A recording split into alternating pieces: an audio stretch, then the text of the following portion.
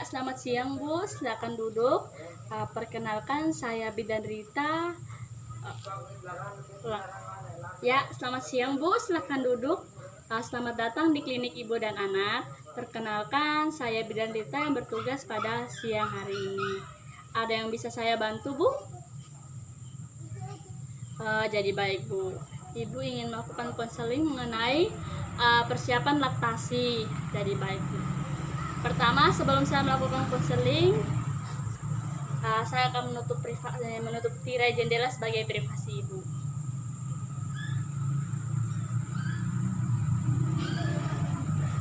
Jadi baik Bu, sebelum saya melakukan konseling persiapan laktasi pada ibu hamil, saya akan menyiapkan alat dan bahan.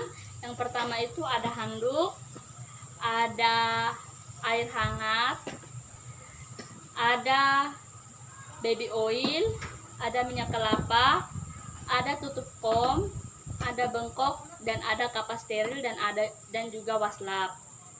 Baik, di sini kita langsung saja. Di sini saya akan menjelaskan tindakan-tindakan yang dilakukan ibu hamil untuk persiapan laktasi.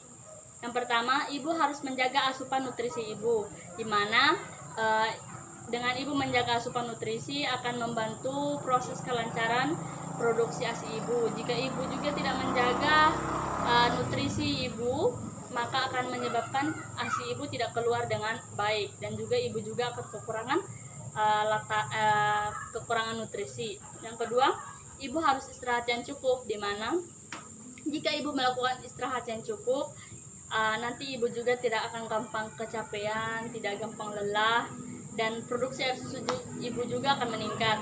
Jika ibu tidak terlalu banyak istirahat, maka akan mengakibatkan air susu ibu tidak lancar.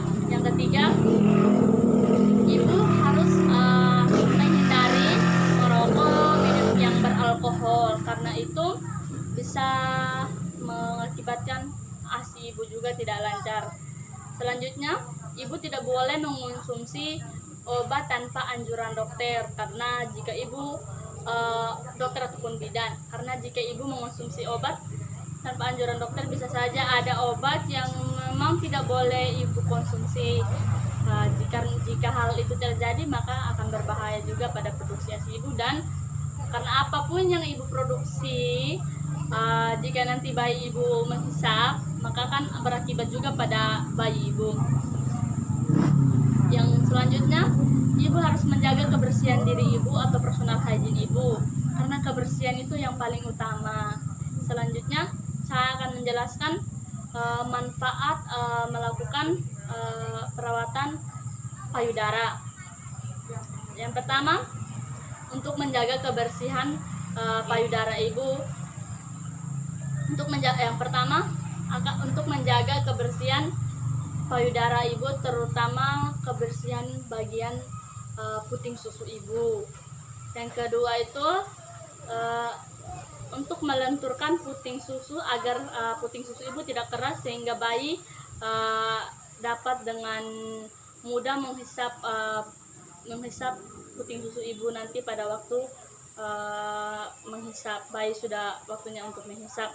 Selanjutnya, merangsang kelenjar air susu agar ASI yang ibu hasilkan itu banyak dan lancar. Selanjutnya, dapat mendeteksi apakah ada kelainan payudara, dan jika ada kelainan payudara, maka kita bisa melakukan upaya pencegahan agar penyakitnya tidak terlalu besar. Selanjutnya, ibu juga harus mempersiapkan mental psikis ibu dengan baik, karena banyak hal-hal yang mungkin akan ibu lewati pada saat proses laktasi. Misalnya bisa saja bayi minta susu tengah malam, atau biasanya pertama kali bayi menghisap itu sakit dan nyeri pada puting susu. Selanjutnya, saya akan menjelaskan akibat jika ibu tidak melakukan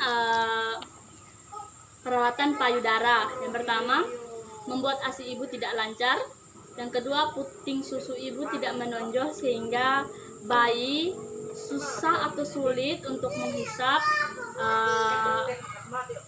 dan susah juga untuk keluarnya air susu ibu.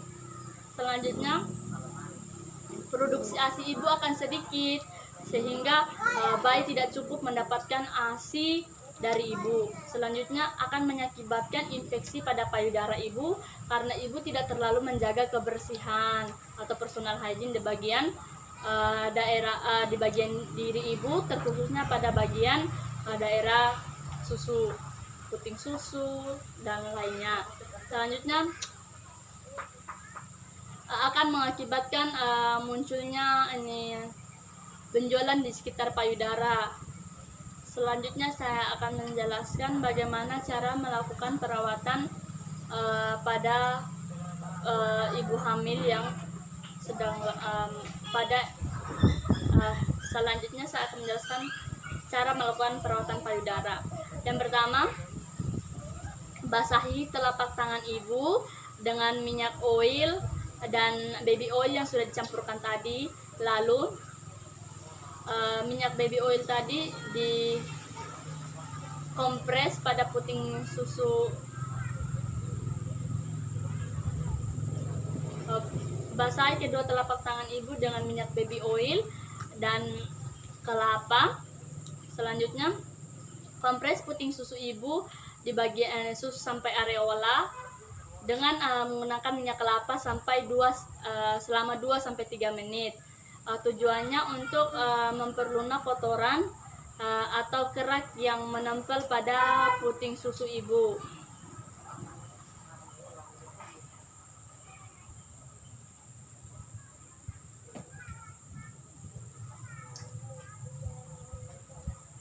Tujuannya untuk memperlunak kotoran atau kerak yang menempel pada bagian puting susu ibu sehingga mudah dibersihkan nantinya.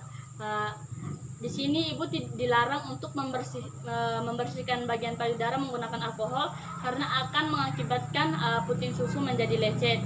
Selanjutnya, kedua puting susu dipegang lalu ditarik, diputar ke arah dalam dan ke arah luar sesuai dengan arah jarum jam atau berlawanan dengan arah jarum jam. Selanjutnya, pijat areola mamae hingga keluar 1-2 tetes air susu. Selanjutnya, kedua puting susu dan sekitarnya dibersihkan dengan air hangat dan handuk kering yang sudah bersih ya Bu. Selanjutnya, ibu harus mengenakan BH yang sesuai dengan ukuran payudara ibu. Jangan menggunakan BH yang terlalu ketat karena bisa membuat ASI ibu juga tidak lancar. Jangan ibu merasa malu karena bentuk payudara ibu. Memang begitu sudah kalau ibu sudah dalam masa laktasi seperti itulah Bu. Jadi ibu juga harus menyiapkan mental psikis yang betul-betul baik Bu. Selanjutnya, jika ibu menemukan kayak gejala-gejala lain seperti puting susu pendek,